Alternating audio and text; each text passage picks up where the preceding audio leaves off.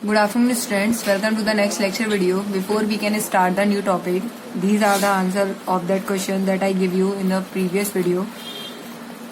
So you can check it. First question था आपका match the gases with their symbols.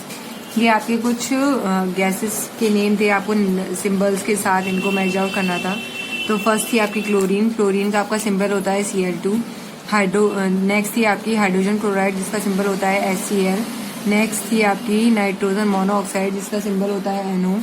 Next थी आपकी carbon monoxide, उसका symbol होता है आपका CO. नेक्स्ट गैस थी आपकी सल्फर डाइऑक्साइड जिसका सिंबल होता है SO2. नेक्स्ट क्वेश्चन था आपका match the basis with their formulas. कुछ आपके बेस मटेरियल दिए गए थे जिनको आपको फॉर्मूलाज के साथ मैच इट आउट करना था, जिसमें फर्स्ट आपका था बेस सोडियम हाइड्रोक्साइड जिसका फॉर्मूला होता है NaOH. नेक्स्ट था आपका कैल्शियम हाइड्रोक्साइड जिसका फॉर्मूला होता है CaOH का होल ट्वाइस. नेक्स्ट था आपका जिंक हाइड्रोक्साइड जिसका फॉर्मूला होता है ZnOH का होल ट्वाइस. और लास्ट था आपका पोटेशियम हाइड्रोक्साइड जिसका फॉर्मूला होता है KOH. नेक्स्ट क्वेश्चन था आपका द मॉलिक्यूलर इक्वेशन दी गई थी आपकी Zn plus H2SO4 is equal to ZnSO4 plus H2, जिसमें आपको फर्स्ट ए में बताना था G क्या रिप्रेजेंट कर रहा है. तो G आपका रिप्रेजेंट कर रहा है गैस को. नेक्स्ट था आपका state what does the arrow represent. Arrow क्या आपको इंडिकेट कर रहा है, तो एरो आपका इंडिकेट कर रहा है डायरेक्शन ऑफ द रिएक्शन को. नेक्स्ट लास्ट क्वेश्चन था आपका द मॉलिक्यूलर इक्वेशन आपको एक और दी गई थी Mg प्लस H2SO4 जिसमें DIL और डेल आपको दिए गए थे, जिस इज इक्वल टू के बाद आपको दिया गया था MgSO4 प्लस H2, जिसमें आपको फर्स्ट इक्वेशन में बताना था DIL और डेल आपका क्या रिप्रेजेंट कर रहे हैं. तो DIL आपका रिप्रेजेंट कर रहे हैं डाइल्यूट को और डेल जो है वो आपको हीट को रिप्रेजेंट या इंडिकेट करता है. लास्ट आपका क्वेश्चन था इसी में state the reactant and product of the above reaction. इस रिएक्शन का आपको रिएक्टेंट और प्रोडक्ट बताना था.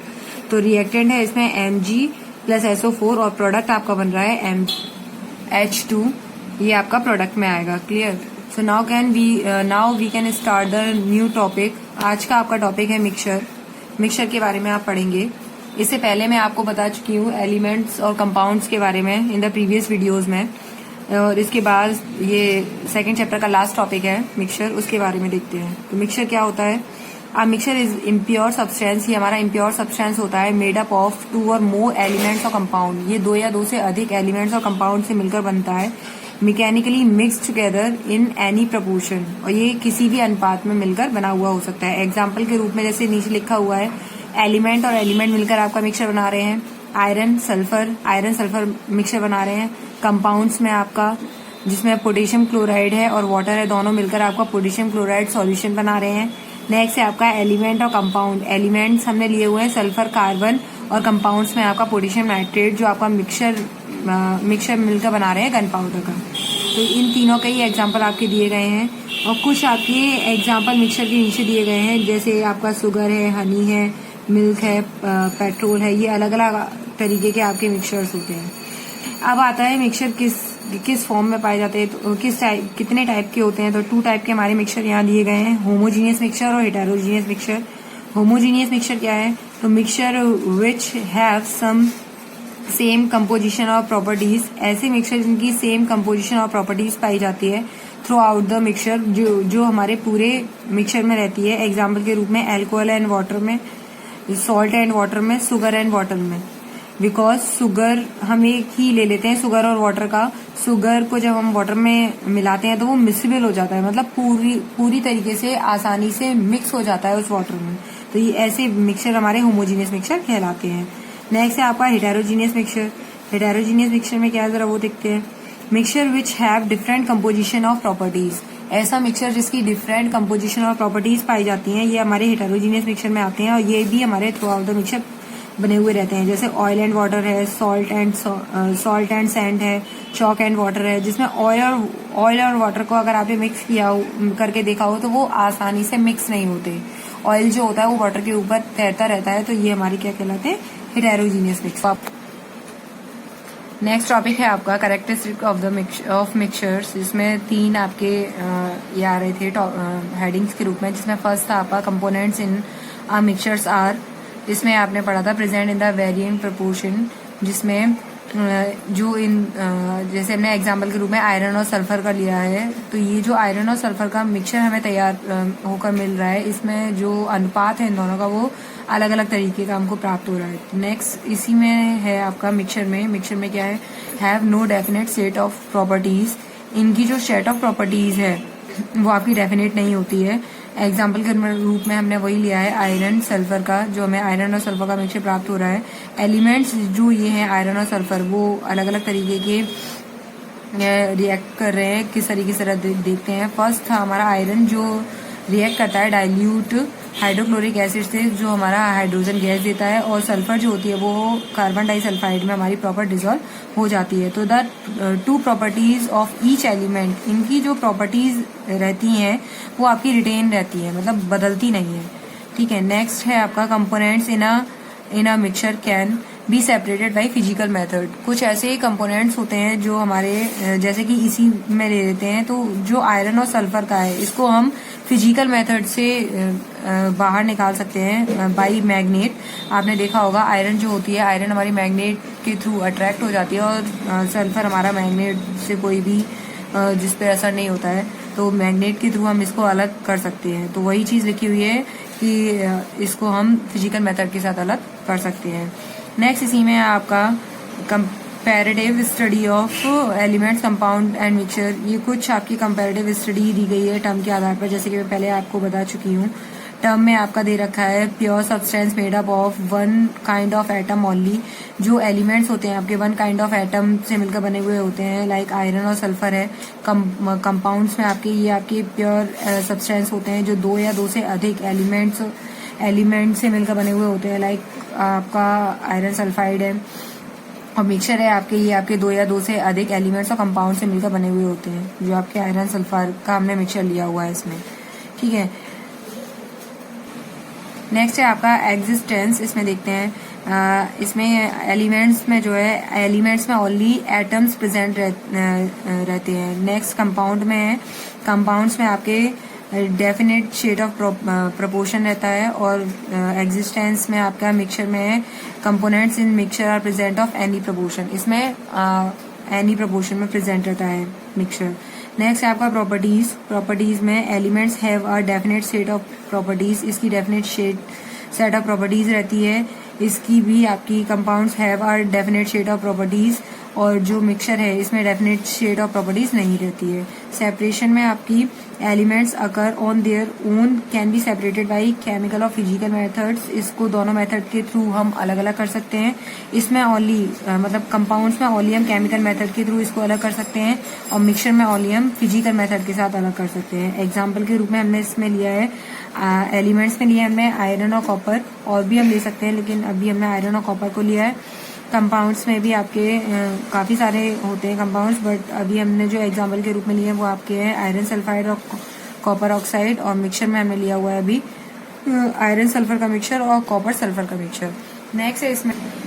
नेक्स्ट है आपका सॉलिड टू सॉलिड मिक्सचर और सॉलिड टू लिक्विड मिक्सचर। जैसे कि मैंने आपको बताया था सेपरेशन ऑफ मिक्सचर में, जिसमें आपके प्रिंसिपल से सीविंग का था different in size of solid particles. ये अलग अलग सॉलिड पार्टिकल्स को करता है।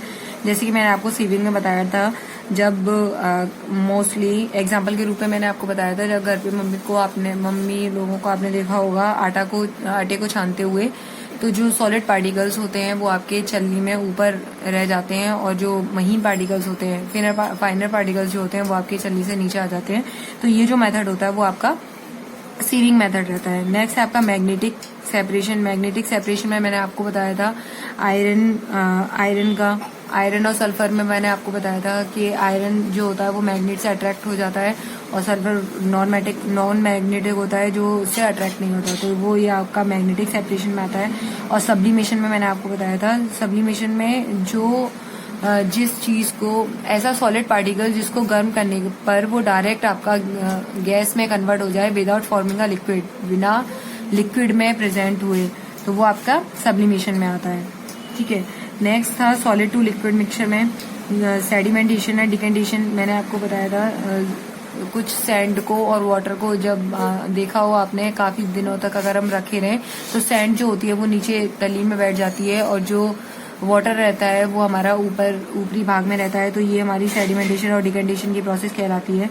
फिल्ट्रेशन में मैंने आपको बताया था इन अ लेबोरेटरी एक कॉन की मदद से, जिसमें हम फिल्टर पेपर का यूज करते हैं, और जिस भी मटेरियल को हमको छानना हो तो फिल्टर पेपर की मदद से जितना भी सॉलिड मटेरियल रहता है वो फिल्टर पेपर में रह जाता है और लिक्विड मटेरियल हमारा नीचे रह जाता है। तो ये जो प्रोसेस होती है हमारी, ये हमारी फिल्ट्रेशन कहलाती है। और इवेपोरेशन में कोई भी ऐसा सॉलिड, जैसे हमने सी वाटर को लिया, सी वाटर को जब हम गर्म करते हैं, गर्म करने के बाद आपने देखा हो जो पानी होता है वो इवेपोरेशन के कारण वो हमारा एटमॉस्फेयर में चला जाता है, और जो सॉलिड मटेरियल जो सॉल्ट रहता है वो हमारा नीचे तली पे रह जाता है, तो वो हमारा इवेपोरेशन प्रोसेस कहलाती है।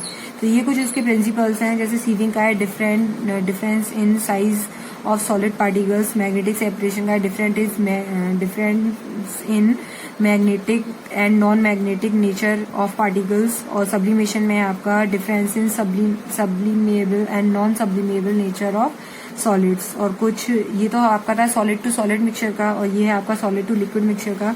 सेडिमेंटेशन और डिकेंटेशन का है आपका settling down by gravity of insoluble solid particles, और फिल्ट्रेशन का है आपका filtration of insoluble solid particles in solid to liquid mixture, और लास्ट इवेपोरेशन का है आपका evaporation of liquid component in soluble solid to liquid mixture.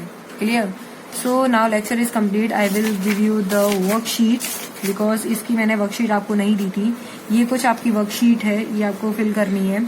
इसमें है आपका match the statement of the list first with the correct answer of the list second. ये आपका कुछ उनके नेम लिखे हुए हैं जिनको आपको प्रोसेस के थ्रू उनको डिफाइन करना है। जैसे फर्स्ट है आपका purification of water by adding alum, तो वो क्या है आपको वो बताना है। नेक्स्ट है आपका sea water leaving behind common salt, तो वो कौन सी प्रोसेस होती है वो बताना है। Separation of camphor and potassium chloride, तो आपको वो बतानी है कौन सी होती है प्रोसेस। नेक्स्ट है आपकी separation of charcoal from the charcoal water mixture, वो बताना है आपको। नेक्स्ट एंड लास्ट है इसमें आपका separation of brain and wheat flour, आपको वो प्रोसेस बतानी कौन सी होती है। नेक्स्ट इसी में आपके कुछ ट्रू फॉल्स हैं एंड नेम द फॉलोइंग है, ये वन वर्ड क्वेश्चंस हैं आपके, और लास्ट में आपका गिव रीजन है, ये आपको बताना है। एंड लास्ट इसमें कुछ ये और हैं, ये कुछ टेक्निक्स हैं 13 और 14 वाली। इसमें आपको ये नीड एंड लेबल डायग्राम बनाने हैं सेपरेशन के, ये आप चारों ये बनाएंगे आप प्रॉपरली अच्छे से नोटबुक में। एंड लास्ट आपकी टेक्निक है involve in separation the following, ये आपको कंप्लीट करनी है। Clear? So today's lecture is complete. I will meet in you a next lecture video. Till then, take care, stay home, stay safe. Good.